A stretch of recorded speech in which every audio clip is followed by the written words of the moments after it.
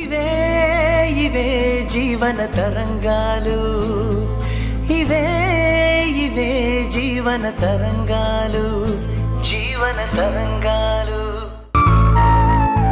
అయితే పెళ్లితో జీవితం ప్రారంభమవుతుంది కదమ్మా. ఒకవేళ నాకు పెళ్లి కాకపోతే నీకు బాధ కలుగుతుందా?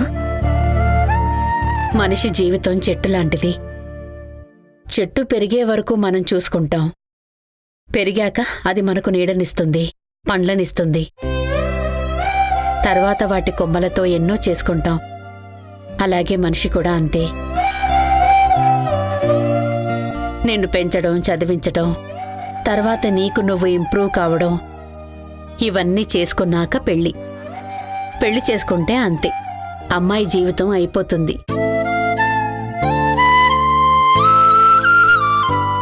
అంటే కూతురుగా ఉండే ముచ్చట్లన్నింటికీ ముగింపు అని. నువ్వు చెప్పింది తల్లిగా నాకు ప్రపంచాన్ని చూపించడం గురించే. ఇప్పుడు నేను సొంతంగా లోకాన్ని చూసే టైం వచ్చింది. పెళ్లి తర్వాత చూడడం స్టార్ట్ అవుతుంది.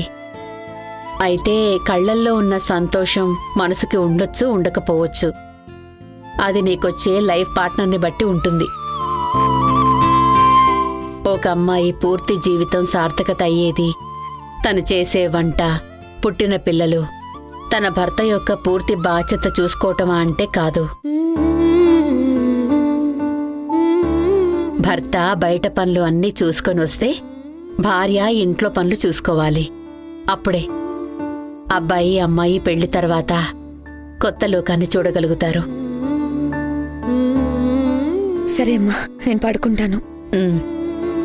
నీకు నేనున్నాను. నీకు నచ్చకపోతే నువ్వు ధైర్యంగా నో చెప్పాలి. అమ్మాయిలు ఖచ్చితంగా ఈ లక్షణం కలిగి ఉండాలి. అది పిల్లలకు కూడా వస్తుంది.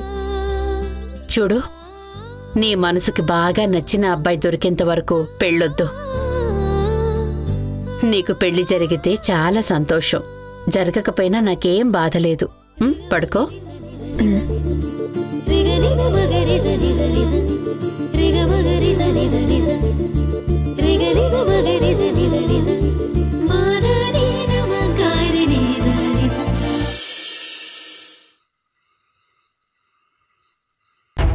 ఎలాగైనా నీకు నెలకు 15,000 వచ్చేలా చేస్తాను.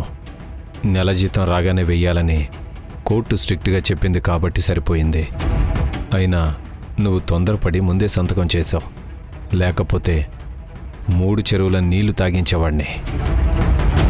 తాగించి ఇంకో 10 సంవత్సరాలు ఆ సత్యంని కోర్టు చుట్టూ తిరిగేటట్టు చేసేవాణ్ణి. అప్పుడతనికి బుద్ధొచ్చేది.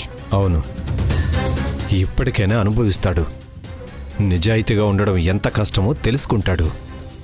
వచ్చే జీతంలో నీకు ఒక భాగం ఇవ్వాలి. మిగతాది కోర్టు ఖర్చులకు సరిపోతుంది. ఏరుకొని తినాల్సి వస్తుంది. కష్టమవుతుందిగా. అవునమ్మా, జీవితాంతం ఒంటరిగా బతకాలి. సంసారం లేదు, పిల్లలు లేరు. అప్పుడు తెలిసొస్తుంది. ఎందుకు? మళ్ళీ పెళ్లి చేసుకోవచ్చు కదా. చేసుకోవచ్చు. వచ్చే జీతంలో సంసారం గడవాలి కదా. ఆ వచ్చే అమ్మాయి అడుగుతుంది కదా, ముందెందుకు విడాకులు తీసుకున్నావు అని. అప్పుడు మనశాంతి లేకుండా పోతుంది. సరే, ఆయన సంగతి వదిలేయండి. మరి నా సంగతేంటి? నెలకు 15,000 కోటిప్పిస్తుంది. ఆ డబ్బు ఖర్చు చేయాల్సిన పనిలేదమ్మా. అలాగే బ్యాంకులో డిపాజిట్ చేసుకో. నాకొచ్చే జీతంలో నీకు కావలసినవన్నీ చూసుకుంటాను. రిటైర్మెంట్ తర్వాత కూడా పెన్షన్ వస్తుంది. మీ తర్వాత నా సంగతేంటి నాన్నా? ఇంత ఆస్తి ఉంది కదమ్మా, 3 తరాలు కూర్చుని తిన్నా తరగనంత. ఇంకెక్కడి తరాలు నాన్నా? ప్రతిరోజు ఉదయం లేచి రెడీ అయ్యి తిండి కోసం వెయిట్ చేసి అమ్మ చేసింది తిని కొద్దిసేపు పడుకుని తర్వాత తిన్నది అరగడానికి ఇంటి చుట్టూ వాకింగ్ చేస్తాను. తర్వాత రాత్రికి భోజనం తిని పడుకోవడం, మళ్ళీ ఉదయం లేచి ఇదే రిపీట్. మీరు చెప్పినట్టే తిండికి బట్టకి ఉండడానికి ఎలాంటి లోటు లేదు. కానీ జీవితం అంటే ఇంతేనా? అది కాదమ్మా, నేను చేయగలిగిందే మిగిలింది అంతేనమ్మా. కాదు నాన్నా, ఒకవైపు తండ్రిగా మీ పట్టుదల, ఇటువైపు భర్తగా ఆయన చూపించిన స్వార్థం, ఇద్దరి మధ్య నలిగిపోయాను. నా జీవితమే కోల్పోయాను. కానీ ప్రతి పూట తిండి పెడతారు, ఎందుకంటే చావు రాకూడదు కదా. కానీ ఎవరి కోసం బతకాలి? చావు కోసం ఎదురు చూస్తూ బతకాలి. ఇది కూడా ఒక బతికేనా నాన్న?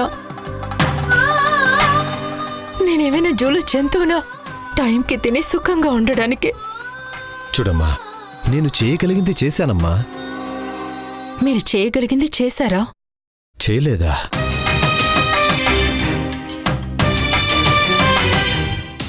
నేను పుట్టినప్పుడు, నన్ను మొదటిసారి చూసినప్పుడు మీకేమనిపించింది నాన్న? చాలా సంతోషం వేసింది. ఆఫీస్లో అందరికీ స్వీట్స్ పంచాను. అమ్మాయి పుట్టిందని ఏం బాధపడలేదా? అబ్బాయి కావాలని కోరిక ఉండేది, కానీ అమ్మాయి పుట్టిందని విసిగేం లేదమ్మా. మీరేమైనా నన్ను ఇలా చేయాలని ఏమైనా కోరికుందా? బాగా చదివించాలనుకున్నాను, కానీ నువ్వు చదువుకోలేదు. జాబ్ చేస్తాననుకున్నారా? లేదమ్మా, నువ్వెంత చదివినా జాబ్ చేయాలి, సంపాదించాలని ఎప్పుడూ అనుకోలేదు. మంచి అబ్బాయిని చూసి పెళ్లి చేసి మనవడో మనవరాలో వస్తే వాళ్ళనెత్తుకుని ఆడించాలి, హాయిగా ఉండాలనుకున్నాను. అంత అనుకున్నవారు ఎలాంటి అల్లుడు కావాలో కూడా ఆలోచించే ఉంటారు కదా. అవును, చదువు సంస్కారం కలిగి ఉండాలి, మంచి ఉద్యోగం, పెద్దలంటే గౌరవం ఉండాలి అనుకున్నాను. మరి మీకొచ్చిన అల్లుడు అలా లేరా? ఆ అల్లుడు గౌరవించేలా మీరు ప్రవర్తించలేదు కదా. ఎక్కడో మీరు చేసిన తప్పు కప్పిపుచ్చుకునే ప్రయత్నం.